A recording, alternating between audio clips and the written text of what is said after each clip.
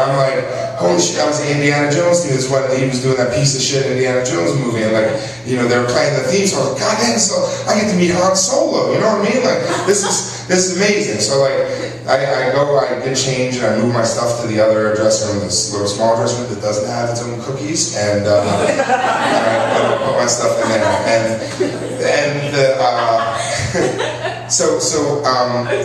they're like, okay, you got time, have a break, and then come back for the taping. So I went downstairs and I texted my friends, like, you got a DVR, gonna run tonight. And there was like a nerdgasm all over the country. Like, friends like, oh, you gotta meet him, you gotta touch him, tell me what he smells like. You can't do that stuff. And I found out that the first time I was on the show, during that writer's strike thing with the fucking hamburger, was the day after the Giants won the Super Bowl. Or 2 days after, and Michael Strahan was on the show. And I'm a Philadelphia Eagles fan. I don't like the Giants, but my father-in-law's a Giants fan, so I figure I'll get a fucking autograph for my father-in-law. But the only thing I had was a Philadelphia Eagles notepad. I went up to him, I was like, can I get your autograph? And he saw the thing, and he got all pissed off, and Michael Strahan's like all beefed up at me. I'm like, whoa. And then security comes, and like, who told you could do that? I was like, nobody. He's like, don't do that again. And all this, I was like, all right, I won't fucking touch Harrison Ford. Like, it's just not gonna happen. So I go back upstairs, and I'm sitting in the hallway, and there's like electricity in there, and there's more suits, and everybody, because like it's fucking Han Solo's coming, right? Like, it's a big deal. It's not like when, you know, they're like, I don't know, like Kate Hudson's there. There's more dudes because they want to like see what she looks like, but like, there's no suits there. And these like all these people like all over the place. They're just like crammed in the hallway. And all of a sudden, I'm sitting there reading the paper, trying to be inconspicuous. Like there's like it's impossible.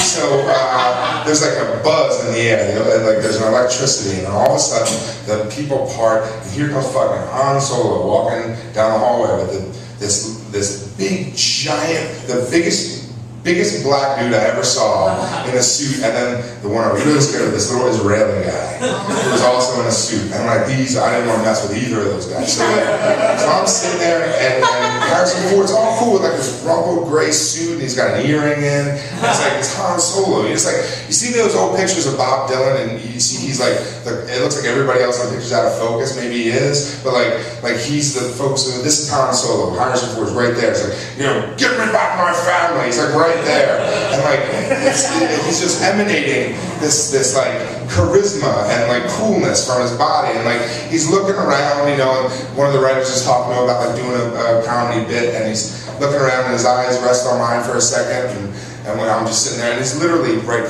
here, like I'm sitting there reading the Daily News, and like our eyes meet, and then nothing happens, and he keeps, you know, looking around. I'm just some fat guy with a mustache reading the paper, you know? And he's Harrison Ford. So the taping comes, and I put my fucking get up back on, and I'm backstage. It was right after the monologue, so I go backstage, and the writer's like, all right, now Conan might say something. If he does, just, you know, play with him, say something back. I'm like, oh, nice writing, buddy, you know? So like, just wing it on national television. Like, okay, I'm glad you're on. Thanks for going on strike. So it happens, and you know, I go out there and I stand on my mark, and then the two guys come, and they didn't want to. The stagehands didn't want to make another wall, so they didn't test it in rehearsal, and it had like wood at the top and bottom, so it bounced off of me. So they backed up and they broke the wood on my, but I had protective goggles, so it was okay. And then I looked down, and there's this hidden monitor on the side. There was a rewrite during the thing. Instead of knocked in, it says, sorry, fatty, and like these big blue letters. So Conan starts joking around, like, oh, it's, you know, this is the smallest guy we can find. And then it turns to me, and I'm just like standing there all dejected, like, for real? Because like, this is bullshit. Because I'm on national television, my fucking family, all the friend people went to high school, sorry, fatty. I'm like, oh, this is great. And so, you know, the audience goes, oh, and like, no, don't do that. You're just, you know, I'm like, oh, and I start fucking around, just like kicking like a little kid. And then like everyone goes crazy, and then they go to a commercial. I go backstage, and the writer's like, thanks, man, that was great, that was so good. And like Conan came back in between the commercials, like, that was really funny. It was you know, it was good. And I'm like, okay, awesome, you know. So I go in my dressing room, and I peel this shit off, and I sit down. By this time, everybody else is gone. Like, they don't want to sit there and watch the taping. So it's me and this woman, Cecilia, who's the casting director, and we're sitting next to each other, and she goes, you know, I really got to go back up to my office, but considering your track record, maybe I should sit here and keep an eye on you. And I alluded to the fucking Michael Strahan thing. I'm like, thanks for bringing that up, Cecilia. But no, don't worry about it. I know my place, you know, I know what it is. And then she leaves, and I do know my place. Like I said, I'm a big fat fucking joke. I'm the guy that, like, you know, they have me take my shirt off. One time for Earth Day that year, they wrote the cue cards on my belly. I just got my shirt off there. They had me give a lap dance to some dude in the audience who I thought was going to be a plant, but no, it was just some dude from Kansas.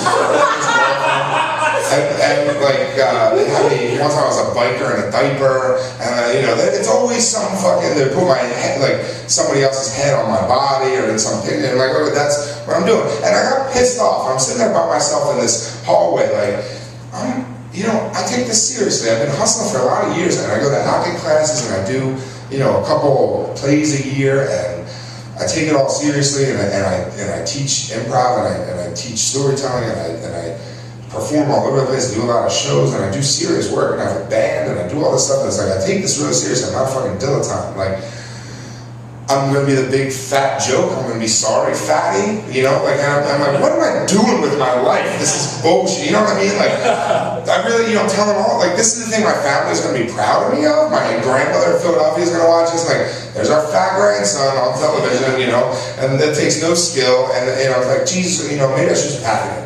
Go back home down to South Jersey and get a job in a supermarket, because I dropped out of college in 6 years, and like, I'm just, you know, I got nothing else going on, fuck it, you know what I mean? Just then, the dressing room door opens across the way, and out steps Harrison Ford, and he's wearing tights and breeches and a little green vest and a little green leotard, and he's got a little jaunty cap with a feather and a toy bow and arrow. And he steps out and he looks at me and our eyes meet, and this time we both kind of look at each other and we're like, yeah. And because he's just as ridiculous, you know, even more so, to be honest. And so he starts walking down the hallway, and I'm sitting there, I'm like, well, shit, you know. I look over, and I hear somebody laughing, his pants had fallen down. So there's Harrison Ford walking down this empty hallway. His pants fell down. He goes to pick him up, his bony old man ass, and then he drops the arrows out. It's like a farce scene. And I realize that I'm doing okay.